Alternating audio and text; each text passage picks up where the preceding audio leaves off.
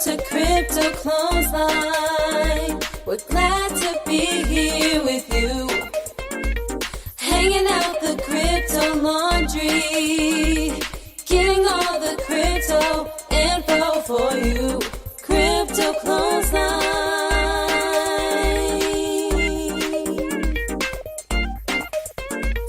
Crypto Clothesline. Good morning, Amy Rose. Hello, how you going? Oh, I'm pretty good today. Better than yesterday. Thank goodness. Come on, ask me what happened. Go. Tell the story. Tell it. Let it out. Well, I know I've already told you, but we did think it might be nice for listeners to hear because it was a bit funny in a weird kind of way. So I'm going to the airport to pick up my partner who was flying back in, and my daughter had had a particularly tricky morning, i.e. you're not wanting to get ready. So I just said, okay, let's just go and pick her up from school and just give her some parent time. So I did, and we went, and his flight was slightly late. So we found a little cafe and we were sitting there having a little mama-child moment. Anyway, we sit down, we're waiting for our coffees, and this guy is telling the story about a woman who had parked in a car park. And there were so many swear words, like the F word was just, the F-bomb was being dropped repeatedly. And I'm like, it's fair enough. You were sitting here before we were, but I am here with an 8-year-old, and I gave him a moment or two to get his head together. And he kept telling this story with such relish. And I couldn't really help but overhear it. She'd parked her car next to a car that had been very poorly parked. And so the guy that was poorly parked says to the woman, "Can I please, madam, do you mind moving your car so I can get into my car?" And she said, "No way, mate. I'm going to go and do my shopping and you're going to find out why you need to be a better parker next." So what happens is this guy, and this was all told, as I say, with a lot of excitement and a lot of swearing. And this guy says, okay, well, and he gets out it turns out he's a cop, and he books her for all sorts of illegal things to do with her car. It kind of sounds like a movie scene. And the woman was really upset, but the guy telling the story, who was swearing so much, and this happened, in a matter of minutes, really, he was so happy that this woman got busted. And I kind of saw, it's actually a scene out of an Italian film that my partner and I love to watch, so it was kind of funny to listen to at the same time. But after all this swearing, I just sort of stood up and I just looked at this guy really gently, and I gently opened the door for my daughter and sort of proffered her inside. And I said, "I'm just going to move to another table with my 8-year-old because your swearing was so obscene. And I thought maybe you'd see that there was a child present and start to change your language, but you didn't. So we're moving." And he sort of just nodded, and he was just gazing with his mouth open. It was a real shock for him. And I went inside, and then I quickly popped my head out and I went, "But I hope I don't get a ticket." I was pretty proud of myself. And I sat down with my daughter and I said, "Did I embarrass you just then?" She went, "Yeah, a little bit." And I said, "But I stood up for you too." And she went, "Yeah. Anyway, let's change the subject." Oh, you can't win, but hey. I love embarrassing my daughter. Like, I get a lot of joy. Like, for example, when I drop her off at school, I don't know if I've told you this story, but we listen to classical music on the way. And when we're driving in the gate, she goes, "Mum, can you turn the music down now? Just turn the music down." No. I love this music. I'm going to listen to the music at whatever level I want. She goes, "Please, Mum." Okay, fine. Anyway, so I turn it down and she opens the door and I pump the Mozart. Like, I'm talking, pumping it. That's tricky. Pump the Mozart. Wait till she brings a boy home.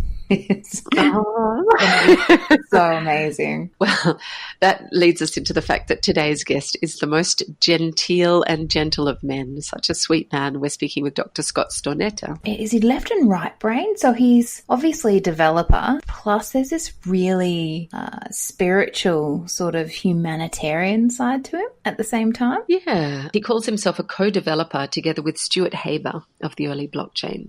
So that was right back in 89. 30-odd years ago. Yeah, but the blockchain has it's a bit of a mixed bag, Betty, with the CIA and the military and all having a little piece of the development pie. That's why I'm just like, well, no one's really owning up to being the actual. We've got Satoshi, but no one's coming out of the woodwork and saying, hey, like, I'm that person. You've just got all these pockets of co-developers. Like, come on. It's so sus. Like shared responsibility.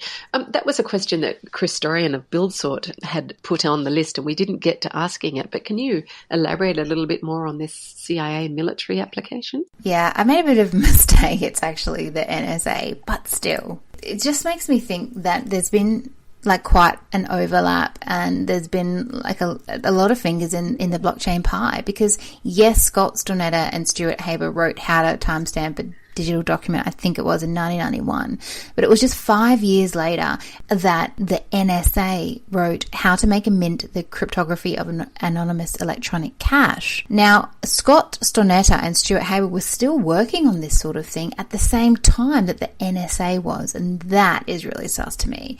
Then in 2002, we had David Maziers and Dennis Shasha, who, and I think that's how I don't even know, but they wrote the proposal for a network file system. And then in 2005, we had Nick Szabo come on board with his version of a simplified blockchain. So yeah, it's a bit sus. I do believe Dr. Scott Stornetta, even though I have my conspiracy theories, but it just seems so suspicious. Yeah, but he did mention what he saw were very clear and definite pitfalls or downfalls in the way that Satoshi Nakamoto, developed the Bitcoin. But that's what you have to say. I would say that too, just so that I'd look like I wasn't the creator. I don't think he is. I don't fairly and squarely don't think he is. So also because we had Kieran round for dinner and we talked about that in the interview, and he spoke at length.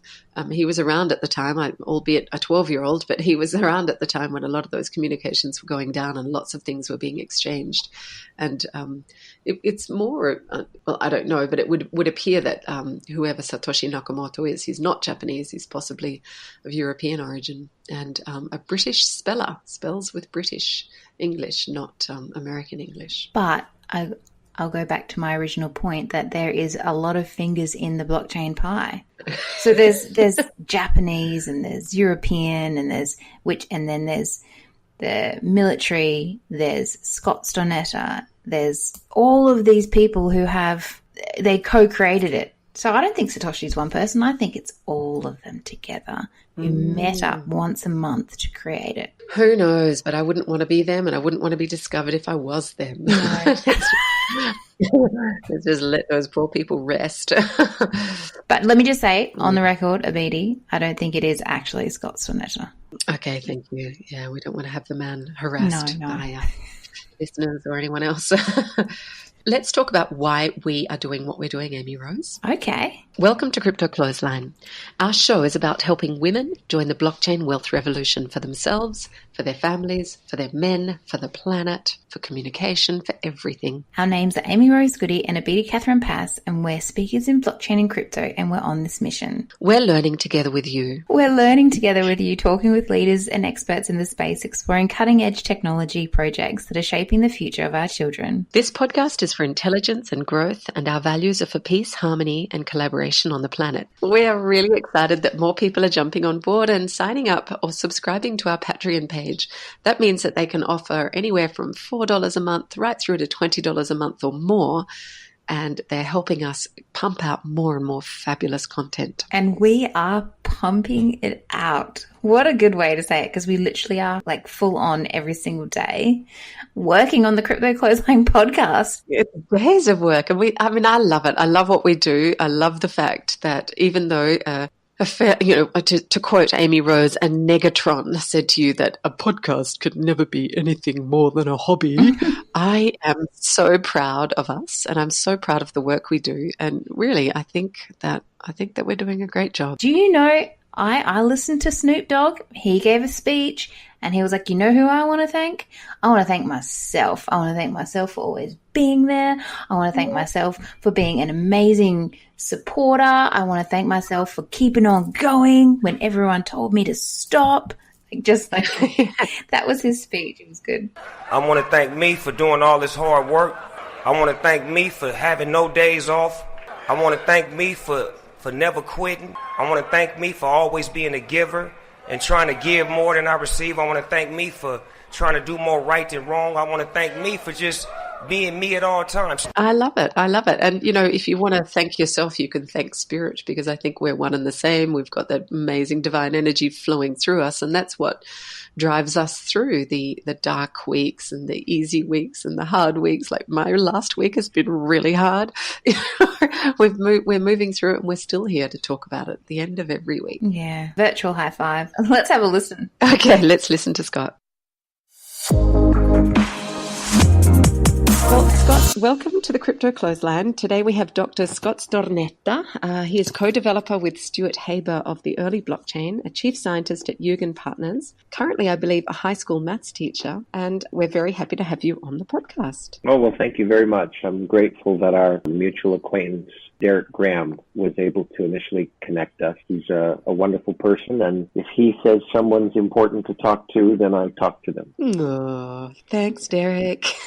And thanks, Scott, for joining us today. Scott, can you tell us a little bit about your story? I know when Derek Graham had his event earlier this year, we got to hear you speaking live stream, but could you speak to the Clothesline listeners about how you ended up being a co-inventor of blockchain? Sure, I'd be glad to. And again, I want to preface that by saying that by describing myself as co-inventor of the early blockchain, I'm not trying to presume to take credit for many, many marvelous developments that have built on top of the work that we did in the ensuing years. But we were there early on, and sometimes that's interesting to people to get that early perspective. So I started working on what we now call the blockchain in 1989, the spring of 1989. That's fully 19 years before the Bitcoin paper was published.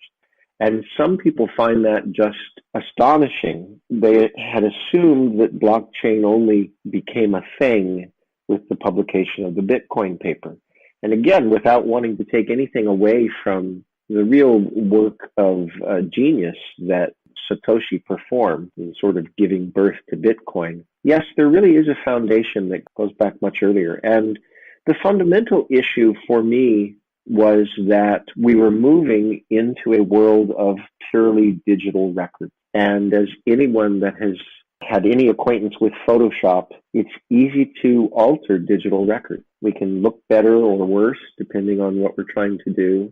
And there's really no way to tell in a very fundamental sense whether something has been tampered with. And so my initial interest when I first began working at Bell Communications Research was how can we create an immutable record that doesn't rely for proof of its authenticity on the underlying medium that it's stored on, but how do we make the data itself unchangeable? How do we make it immutable? Because if we couldn't perform that basic operation, then I guess in my sort of apocalyptic view of the world, wouldn't the foundations of our sort of world and economy come tumbling down if no one was able to tell the difference between a valid, unchanged document and one that had just been tampered with moments before you viewed? And so for me, it was very much an issue that worried me. I wanted to create a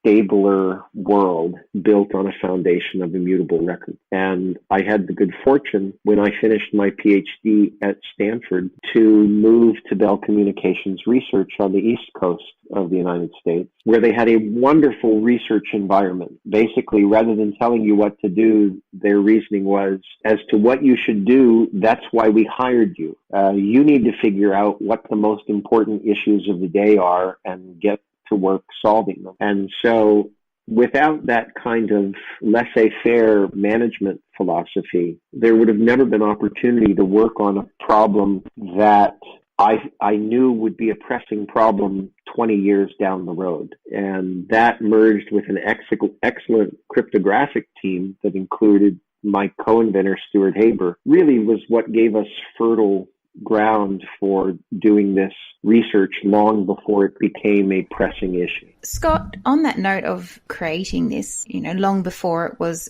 a pressing issue. I was watching a TED Talk with Bill Gross, who was talking about startups and how the most successful startups, it's actually all about timing, not about budget or team or even the idea. We had a question from Johnny Swanepoel in Blockchain Fremantle and Blockchain Perth, and he wants to know if you think that it was just too early for you to see the possibilities of perhaps the cryptocurrency aspect or other possibilities to the technology that you had developed. First of all, I think it's a very thoughtful question. And one way to think about it is, at the time, internet as it existed was walled gardens like AOL and dial-up modem. I remember an early advertisement for the Macintosh that offered bottomless storage capabilities.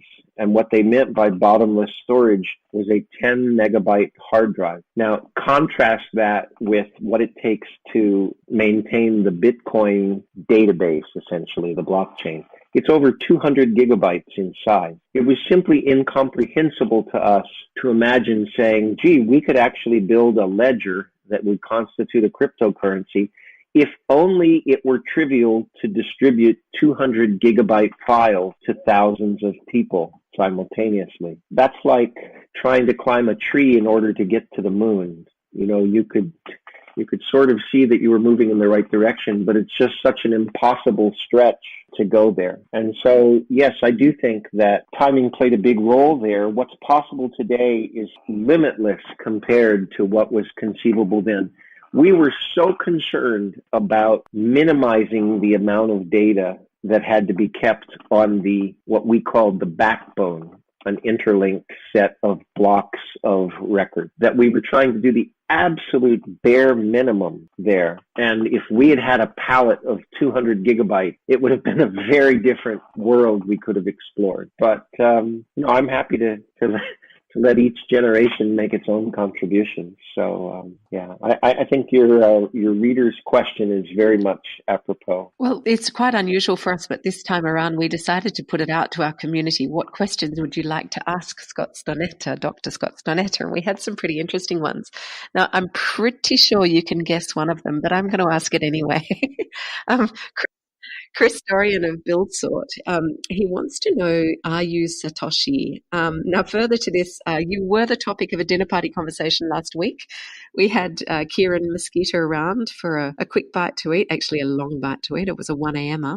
We wondered, what can you reveal about the identity of Satoshi Nakamoto? Well, first of all, I hear you speak Satoshi's name with proper accenting. So are you telling me that you're fluent in Japanese? Oh. I was once. Then I went to live in Japan. Then I went to live in Italy, and the neural pathways just took over. So every poor Japanese person that has to listen to me gets spoken to in Italian these days. It's still in there somewhere. Yeah, well, your accent betrays you in a sense. Again, I had a strong interest in cryptocurrencies many, many years prior to the Bitcoin paper, and was a big fan of David Chaum and his early efforts in that area. But I'd sort of drifted out of that space for a few years prior to the publication of the Bitcoin paper. And so my first hearing about the Bitcoin paper came from unsolicited mail, U.S. postal mail as well as email that I started receiving, where people said, look, first I noticed that of the 8 footnotes in the Bitcoin paper, essentially 4 of them are direct or indirect references to your and Stuart's work. Second, I happen to know, because I Googled you, that you spent 2 years as a missionary for the Church of Jesus Christ of Latter-day Saints in Japan, and so I know that you're fluent in Japanese, and so I have a lot of people ask me this question, whether maybe I'm Satoshi. And as I've said before, I can't think of a clearer way to say it than this. Watashi wa Satoshi Nakamoto de wa arimasen. And if that's not unequivocal enough to people, then I don't know what else I can say. Well, yeah, that's pretty clear. And for anyone who's wondering what Scott just said, I think he said that Satoshi Nakamoto, I am not. And I only know a little bit of Japanese, so I think that's what he said. But Scott, knowing that you have been referenced in the Bitcoin white paper quite a lot, how do you actually feel about Bitcoin and the work that Satoshi Nakamoto did? I'm a fan of what he's done, but I do want to say that when Stuart and I first talked about the Bitcoin paper, we felt like some of it was just a great idea just out of the box thinking. And then other parts of it we looked at and said, why did he make that mistake?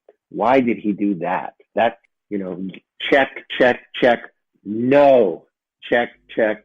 No. Why did he do that? And so I think maybe we don't have the best informed or wisest understanding of Satoshi's work, but we certainly have a unique perspective on it because we felt like he built on what we had done and took it in some very imaginative directions, but also some troubling ones. Can you elaborate on what was troubling about those things? I very much am a fan of the idea of decentralization of trust and the kind of democratization of governance that the blockchain affords. That was certainly part and parcel of what we were thinking, this solution of interlinking records and then widely distributing them accomplished. It meant that local concentration of power or centralized control was no longer possible. And so I very much am responsive to the, what you might call the libertarian bent that many people have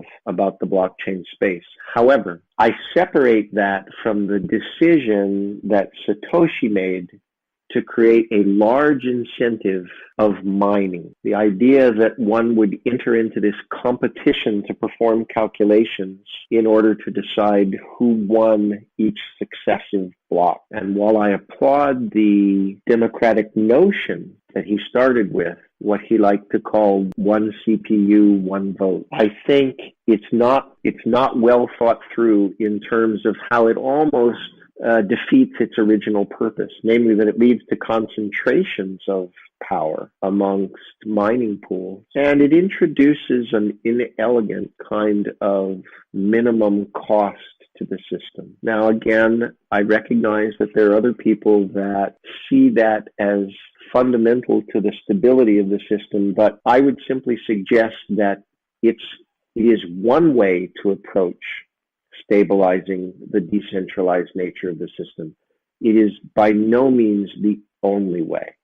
And if anyone needs evidence of the fact that it can't be the total solution, one only needs to look at the events where you have two major competing mining pools, each engaging in non-economical business practices in an attempt to wrest control from the other about who's going to come out on top. That's a very destabilizing effort, and it's made possible because of the 100% commitment that Satoshi's work seems to make to what's called proof of work. And I know we promised not go too technical here, and I have already violated that rule there. I apologize. But it's almost like a mutually assured destruction arms race, where people are incentivized to consume ever more processing power to simply decide who creates the next block on the blockchain. And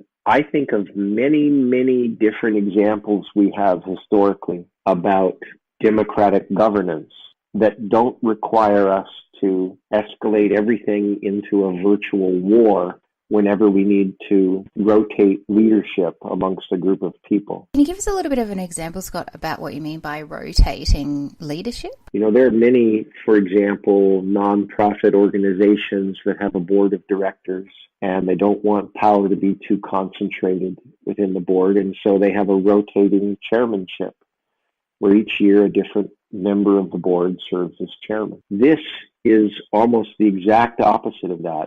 There's a perceived need to keep the blockchain decentralized, that who's running any particular block needs to be moved amongst the different developers. But the incentive created is basically that one has to engage in an all-out escalating war of computation every time one needs to decide who should the chairmanship rotate to for the next block. And I think we see these parties engaging in such destructive behavior in order to wrest control of the chairmanship that it's not a pretty sight. I agree, Scott. There's a lot of issues, particularly at the moment in the crypto and blockchain space. But we had a question from Leah Callan Butler from intimate.io, and she said that she'd be interested to hear your take on the current market and how the ICO craze has impacted on the future of blockchain use cases. Well, let me just say that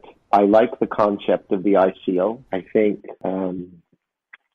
it is, again, a very democratic thrust. It's, in some sense, an extension. Listeners are familiar with both Indiegogo and Kickstarter, of taking advantage of the much richer information environment that we have because of the internet, and the interconnectivity that we have because of the internet allows small-time players to, in a sense, invest in new startups.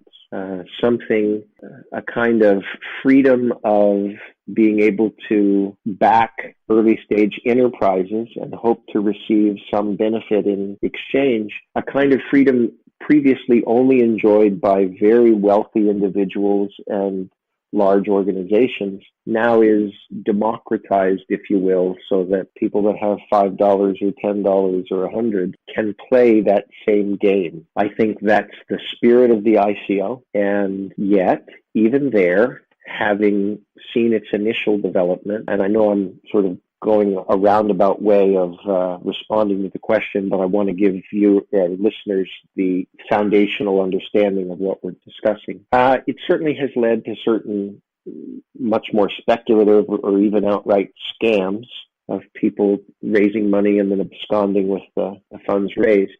But the notion that we can work kind of peer-to-peer, or one middle-class person to another middle-class person, helping to fund creative efforts and then hopefully benefit if they're successful, that we can bring that down to the level of just ordinary citizens, ordinary people, is a very liberating one. I do think that what's changing in the ICO environment, certainly to speak about the United States and where I think other countries are headed as well, is that there have just been some concerns about the need to provide at least some regulatory oversight so that the worst of the scams are prevented. And I know that many in the blockchain and crypto community feel like any involvement by government is anathema to the whole spirit of crypto. I really think that the right, well-informed legislation and regulation can work harmoniously with the desires of crypto enthusiasts. And so I think what we're going to see is a moderation of the ICO space, where tokens become a little more like formal securities, meaning you're actually starting to own a small fraction of the entity and having some legal rights that extend beyond simply the market value at which your tokens are trading. I think there needs to be a healthy balance there. I applaud the enthusiasm and kind of the wellspring of innovation that comes from this democratized grassroots efforts to bring ownership down to the masses. But to suggest that the need to add some regulatory aspect to overseeing it and to add some actual securitization, so-called, I think those can be completely healthy influences in really realizing the original dream. So ICOs, they started out really exciting. Things have gotten a little bumpier, but I still see a very positive future for the ICO, or what people are now beginning to call the STO, the secure token offering. Scott, we had a question from Dwayne Mitho, who asked where you think everything is all heading in the coming 10 years or so. Could you give us the lowdown on where you think everything is going? Wow, that's, boy, do I wish I could tell you where everything is going in 10 years. There's an aphorism that circulates: prediction is difficult, especially the future. I'm happy to offer best thinking, but I hope with a large caveat. 10 years is a long time. But let me outline 4 or 5 things that I think are what will eventuate. And this comes from, again, maybe not the best perspective on the blockchain space, but certainly a unique perspective. Namely, I would suggest that between myself and Stuart, we are the only people that have been thinking about these issues for 30 years. So with that caveat, I would say, first of all, we need to understand that one of the simplest benefits of the blockchain is that we can improve transparency and integrity in existing corporations. Second, we will see all sorts of situations that now require tedious amounts of time and effort to reconcile different accountings and different records and to reduce settlement down to zero. Let me just give you an example of that. You know, I'm sort of a paranoid person, and I'm digressing here from my list of 5 things. So I'm going to just riff for a little bit on item number 2. I'm sort of, maybe paranoid's not the right word, a little OCD, I guess. So suppose I need to rent a car. I call up some rental car service and say, I'm going to be in such and such a distant city 2 weeks from now. And I make an arrangement to rent a car. And they give me a confirmation number, A26531. And I always have this nightmare scenario in the back of my mind that I show up 2 weeks hence and say, well, here's my confirmation number, A26531. And they look at me and say, well, we don't have any record of that. And there's really no recourse there. In other words, it's a big company and their records against me as an individual and my little confirmation number. They hold all the cards. And that's an example of the problem of settlement or reconciliation between the records. Whereas if that confirmation number were blockchain-based, it doesn't matter if the rental car company is 1,000,000 times larger than me. We both point to the same record, and either the confirmation number is there or it isn't. There's no your word versus my word, or my records are better than your records, and therefore. So I think that's one outcome that I very much look forward to. The third thing I would say is this is a particularly volatile time for cryptocurrencies. But I think if people assume that because the current batch of cryptocurrencies in their current form have flaws, that it means that they always will, I think they are, whistling past the graveyard. I don't know if you use that phrase in Australia. But cryptocurrencies are here to stay. And if people think that the current problems are going to be permanent problems, they're simply wrong. Fiat currencies need to understand that there are competitors and that they need to either up their game or run the risk of becoming less central to the world's economy. And in that respect, I think competition can be a very good thing. So again, is Bitcoin going to be the ultimate, cryptocurrency? Maybe, but it needs to up its game. I remember, and I invite people to recall that there was a company called MySpace that was the dominant social media platform for 4 years in a row. And now it's probably about the 5,000th most referenced website.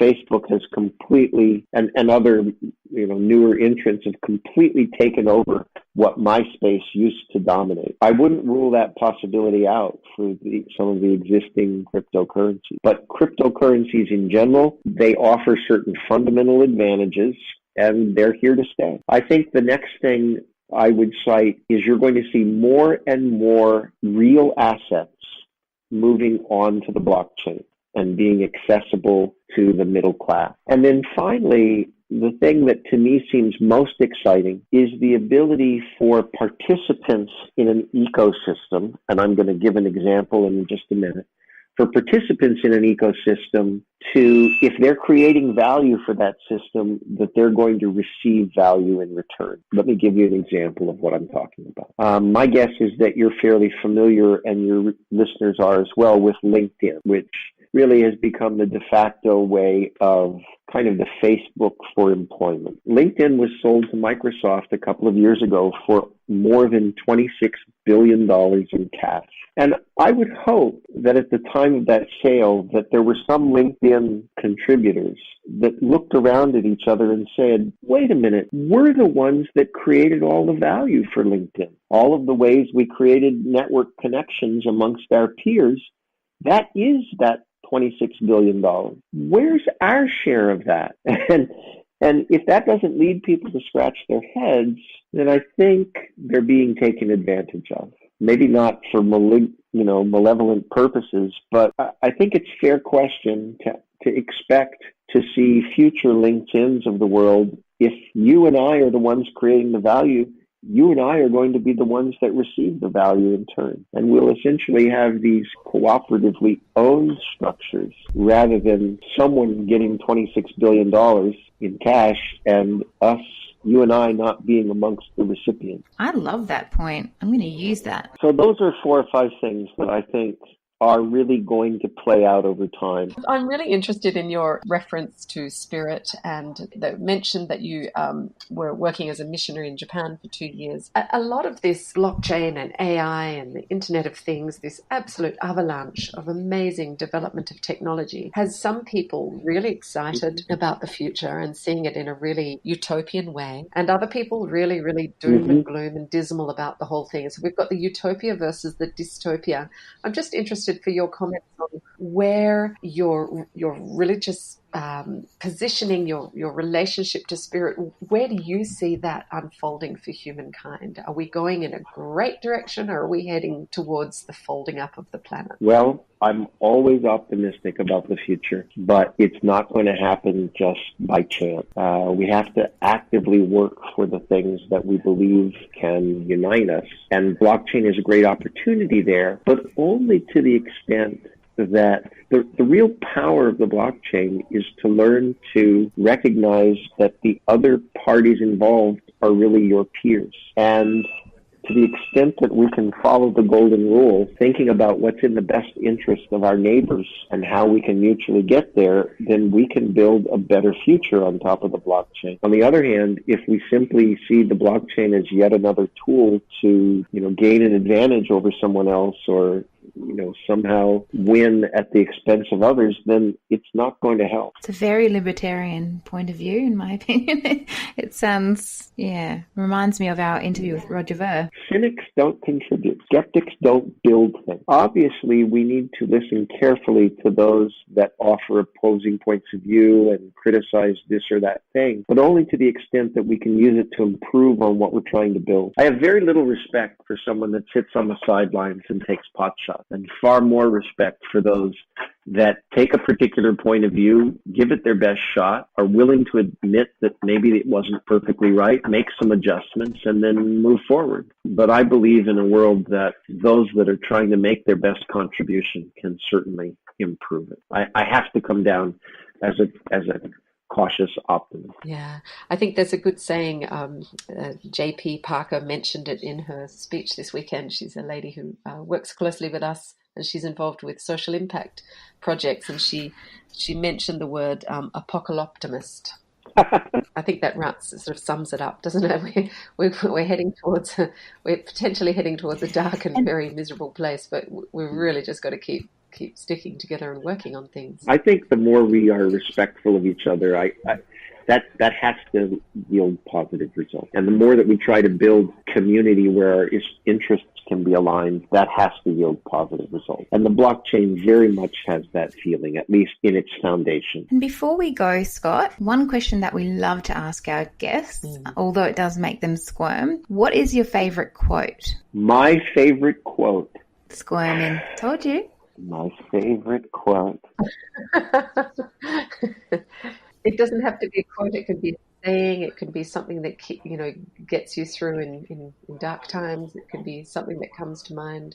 Well, I'm going to circle back to the one that I said earlier. I really think the world's best economic outcome is everyone seeking the interest of his neighbor and finding a way to make that work. That's a world I would love to live in. And if you're willing to do that, I am too. And it really is decentralized, isn't it? In the sense that it's not, if we look at the classic case of ego, me, it's all about me, Gollum, precious. if we get out of that and we go in like, what can I do for you? What can I do for you? Like in my success comes through your success. I mean, that's just an all round feel good situation. Yeah, and it doesn't have to be Pollyannish. We have to say, how can I be of use to you in a way that is sustainable for me? Yeah. Then I can make a go of it, and I can, brighten your world, lift your burden a little bit, and maybe you'll reciprocate. Absolutely. Well, we thank you so much for joining us. It's been a varied and fascinating conversation, everything from the gargantuan world of crypto through to the early blockchain, right through to sort of spiritual questions and how we can help each other and serve each other as human beings on the planet. It's been a pleasure to participate. I hope it's been useful. Thank you so much, Scott. Do you feel better after that? Do you feel better after listening to him talk about how we all need to help each other and not be, what did he call it, Pollyannas? I guess that's an American thing. But I guess what he means is we don't have to be sickly sweet about it. We actually help others, and in helping others, we're helping ourselves in a very realistic way. I was thinking while he was talking that I might actually go to America so that I can sit down and have a nice warm port in front of the fire over, what's he doing? Over Christmas and Thanksgiving. And just like listen to all of his brains pour out of his mouth. Like it would just be so wonderful. He's like a wealth of knowledge. And I reckon he knows stuff that he's not telling us. I liked the mix of brains and kindness, because you can get brains with a cynical edge or with a hard edge. And I found his demeanor to be one of availability and kindness and just wanting to make the message clear. I think that comes through also from being a school teacher, because he's clearly having to take concepts which are tricky and then unpack them or dilute them in a class situation to make them understandable and digestible. And I think that's the work we do on the Clothesline. He was being very safe there, because I think he must have other things that he thinks is going to happen, but he doesn't want to be accountable. Like he doesn't want to be like people to come back and go, you said that we were going to have blockchain time machines. Yeah, tell us a little bit more about this time machine thought. We've been playing with it via text this morning, but go on, just talk about it, girl. As lots of people who are close to me know, I am a conspiracy theorist, and I do like documentaries, videos, reading about time travel. And because I'm in the blockchain space, and I know that time travel, the problems that they're having with time travel at the moment, if it exists, let's say that they've convinced me. One of the issues is time traveling back into the past is really difficult because they can't pinpoint an event at the exact time and the exact place. So my thoughts are that blockchain technology would be incredible for time travel if events were recorded on the blockchain and were able to be pinpointed exactly for the machine to go back into. I mean, it's the ultimate use case for time stamping, a time machine, right? And do you think are you planning to develop an ICO around this? I say to my partner all the time. He's like, why didn't you do this? Why didn't you do that? Usually I'm like, I don't have that time machine. Remember how I didn't make that time machine? I actually can't go back in time and fix that problem. Sorry about that. And he can't say anything else because literally you cannot change what has happened. Have you read the book The Time Traveler's Wife? I've seen the movie. I read it a couple of years ago, but I have taken to going back to the library, and I go with my kids, and I know we sound like a bunch of nerds, but we get so excited when it's library day and we all just go there and chill out, and we all just get whatever we're into, and then everyone just comes home and dives into a book for the next day. And so instead of like, Mom, can I go on a screen? It'll be somebody sitting on the couch actually just, even if it's a comic book or even if it's one, what do they call it now, graphic novels. I'm like, well, at least there's something which is not, four eyes on four sides of a screen, the square. Oh. Rectangular shape of a screen. So anyway, yeah, that's how I do it. It's my time out. Excuse the pun. And on that note, Abiti, I'm out of here. Lots of love, and just watch that Mozart thing, turn the Mozart down. See ya. Bye. Crypto Clothesline.